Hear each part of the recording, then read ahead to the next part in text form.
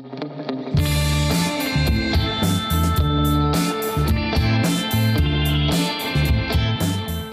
ætlum við að rölta hér norður eftir og leita honum Friðriki V og hans góða fólki sem á fullu að undirbúa matinn.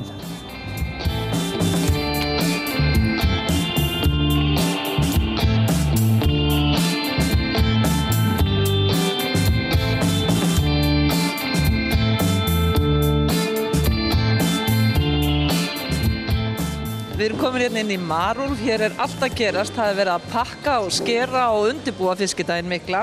Hvað í raun og veru að fara fram hérna? Sko þetta eiginlega svona startið á fiskidaginu, þá hittust við öll hérna, búum til kryddin og gerum allt klárt, fáum fiskinn og krakkarnir mæta og pakka. Af því að í raun og veru grunnurinn af fiskidaginu mikla er þessi fiskur sem við pökkum í álpapír og eldum á grillunum. Og það eitthvað sem hefur verið með okkur alveg frá upphafi. Og fyrst var það bara þetta, af því að það voru bara fólk úr þorpinu sem voru að grilla á sínum grillum. Þannig að við höfum náttúrulega farið í margar hringi 18 árum með hvað raunir í krydd og svo framvegis. En þetta alltaf svona ákveðna athöfn að byrja og þetta eru náttúrulega ekki örfáir skammtar, þetta eru þúsundir skammta. Þannig að þetta er hellingsvinna en þetta eiginlega svona, við störtum fiskideginum á þessu mómenti. Það ekkert erfitt að fá sjálfboðaliðina hérna inn? Það bara, tróðfullt hús. Ég alltaf svakalega væmin á þessu mótni. Þetta uppáhaldsdagurinn minn, fyrir utan fiskidaginn, skilurðu. Já, við fáum bara gæsahúð. Fólk á öllum aldri, alveg niður í leikskólanemendur. Rosalega mikill metnaður, það ekki snobbið eða við að setja á sig hárnet, það bara ganga hér allir til verks. Algjörlega til fyrirmyndar. Alveg rosalega flott og það bara mæta allir. Þessi stelpa, hún var 3 ára að byrjaði. Það 18 ár síðan, þetta var fullorðið fólk. Þannig, þessi hefð, hún að skila sér inn í næstu kynslóð. Það sjálfsögðu, þessi krakkar að læra þetta. Og svo bara svo gaman að gefa. Man líður svo vel. Og þetta búin að moka út fleiri tonnum af fiski í fulla munnum. Og hver þinn sérréttur hérna? Það hrefnukjötið. Það var hrefna á og bleika. Með wasabi og sojasósu eins og þú smakkaðir á þann. Hrikalega bráðnaði við. Þetta svona svolítið sérstakt allt saman, Svo náttúrulega, þú veist að hann gaf fisk og brauð. Og við gefum líka svolítið aðeins meira. Þess vegna alltaf gott veður hjá okkur. Ekkert erfitt að fá fólk til þess að gefa vöruna sína hingað? Nei, við fyrir að mjúklega í þetta. Og svo eins og var á þá skiptust við á fyrirtækjum. Þú gefur smá og ég fæ smá? Já, vilt þú gefa mér svo ég geti gefið öðrum? Þá horfa ég svona á því, já, þora ekki að segja nei. En segðu mér aðeins svona, nei ég lofa þegja, en segðu mér aðeins með svona uppskriftir og hvað hefur eiginlega náð fótfestu, hvað alltaf og verður bara alltaf að eilífu? Við erum komið með nokkra svona hornsteina, það náttúrulega það sem við erum að gera núna. Svo náttúrulega fljótlega fórum við að gera fiskborgarna á langa grillinu og það eitthvað sem verður að vera. Og þetta 8 metra langt grill sem var bara smíðað hérna í bænum og bara notað á fiskidaginn. Og við erum að taka svona 12-13.000 borgara og ég held að það sé ekki hægt að gera meira. Þegar árgangurinn sem sér þetta, þau bara eru búin að mastera þetta alla leið. Á hverju ári spáð í smáatriði hvernig þetta gera þetta. Og síðan við höfum notið svolítið sérréttinda því að fyrst þegar við vorum, þá vorum við bara með okkar bás. Og fyrst þegar við komum, þá vorum við bara að hjálpa. En svo fengum við að vera með okkar eigin bás sem hét bara eftir okkur, eða Friðriki V. Og þar höfum við verið með alls konar hluti. Sumir festast og fara þá bara annað eins og fiskipilsurnar sem við hönnum fyrir Já, þú segir nokkuð. 6 árum eitthvað, ég maður ekki alveg. 6-7 árum eitthvað svoleiðis.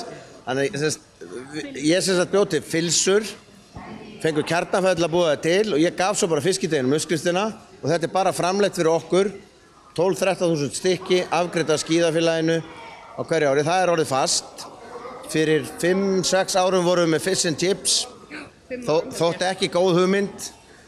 Það þetta helvíts vesen. Og við létum okkur hafa. Þá tókum við rétt rúmlega 5.000 skammta. Í dag erum við komið með Akureyri fish og Reykjavík fish. Til þess að halda því á floti þurfum við Fish and Chips veitingastæði og mannaflan þeirra. Og í dag erum við að keyra örugglega rétt 8.000 skammta. Og það 2 bretti af frönskum, svona cirka. Og það eitthvað sem bara verður að vera. Annað hvert ár erum við með saltfiskpizzuna sem kom fyrst held ég fyrir 12 árum eða eitthvað. Og Sæplast og Greifinn hafa síðan þá ekta fiskur. Það svona saltfiskpizza með chili, sætri chili sósu. Hún annað hvert ár og hún í ár einmitt á Sæplasti. Já, og svo þetta, það komin hefð fyrir því Friðrik Sveinbásinn var með grafna bleikju úr hvönn og hrísi fyrir 4 árum. Það orðið fast og núna er að bæta við reyktum laxi við hliðin á því, sem svona þjóðlegt. Ég reyndi að vera veikina, ég var alltaf með smá móralegu en ekki verið búin að gera þetta fyrir löngu. Grafin bleikja, hvað meira svona íslenskt? Og fiskidagana 12-13 ára þegar við byrjum á því. Og ég kenni mér bara þú veist, maður var alltaf að hugsa út úr bóksinni, það vera bara aðeins á jörðinni, sko. Þannig að þetta orðið allt svona fast og svo náttúrulega Bjarni og snillingarnir í Nings eru náttúrulega með stóru súpuna. Hún hefur verið, ég vil segja alltaf en ég heldur að það komið á 3. 4. ári eitthvað, ég man það ekki. En það líka svona einhver fastur punktur. Og svo náttúrulega gellurnar í rúgbrauðinu. Sko, rúgbrauð og síld, sko, það alveg, og þar held ég nefnilega stjórinn þar nú, það komið dóttir í verkefni, sko, þetta orðið svo gamalt að nú bara búið að vera endurnýja, sko, hvað næsti ættliður. Baka rúgbrauði hérna inn í Svarfaðardal, konundar, og elliheimilið, þeir komu og smyrja hverju einustu stund. Svo kaffibrannar við hliðina, þetta pottinn. En þið talið svolítið eins og þetta sé ekkert mál að fá 20.000, eða hvað marga hérna? Sko, mér finnst stundum erfitt að fá 8 manns í mat. Já, sko, við náttúrulega erum með, risa fiskvinnslu fyrirtæki á bak okkur sem fyrir þá þetta bara any other day, sko, þú veist. Þannig að það hjálpar alveg okkur, sko. Og svo náttúrulega erum við búin að gera þetta áður, þú veist. Já, og svo maður, þú veist, þegar maður í þessu bransa, þá þetta svolítið svona, maður lærir að hverju ári, við höldum rosa góða dagbækur og þú veist, ef það eitthvað smá vesen sem á laga næst, þú veist, við stígum ekkert í sama hundakúkinn tvisvar, sko. Þú veist, við erum alveg, og núna er þetta búið að gera þetta svo oft og við erum náttúrulega alltaf búin að hafa Júlla, hann er náttúrulega lausnamiðasti maður í heimi og þá verður þetta einhvern veginn ekkert mál og þetta ég sagði ekkert í gær, það var einhver að spyrja mig, hvað er alltaf að vera klárt og eitthvað, ég bara, já, ég minna, þú veist, fiskidagar er bara eins og jólin. Þetta kemur og þetta er bara hátíðarhöldin, maður bara fer í gírinn og gerir sér kláran, sko. Þannig að... En er eitthvað svona sérstakt sem að má ekki vanta svona á matarborðið, finnst þér til? Á fiskidaginn? Já, náttúrulega, en mér finnst þetta bara allt þetta kombo og það í svo matseðin fjölbreyttur, það náttúrulega skreiðin og náttúrulega hjá Adda og það í raun bara, þetta bara smellur allt saman einhvern veginn. Heldur þú, eða haldið þið að ungt fólk sem segir oft, oj, ég vil ekki fisk, hægt að kenna ungu fólki að borða fisk með þessum hætti til dæmis? Algjörlega. Við erum að koma að fá pínubita, svo koma aftur, meira. En að rökk að prófa. Ég held líka að það sé svolítið svona samfélagslega ábyrgð og ég held að við séum svolítið að taka ábyrgð á því að borða fisk eitthvað lært. Það ekki, þú fæðist ekki bara sem Íslendingur að borða fisk. Við þurfum að sýna krökkunum þetta og ég held að hér, líka með að fá krakkarna hingað, að þá bara þeirra viðhorf jákvætt. Af því að þessi oj-faktor, hann ekki meðfæddur, hann lærður. Þannig að ég held að ef við erum á undan oj-faktornum, þá þetta ekkert vesen, sko.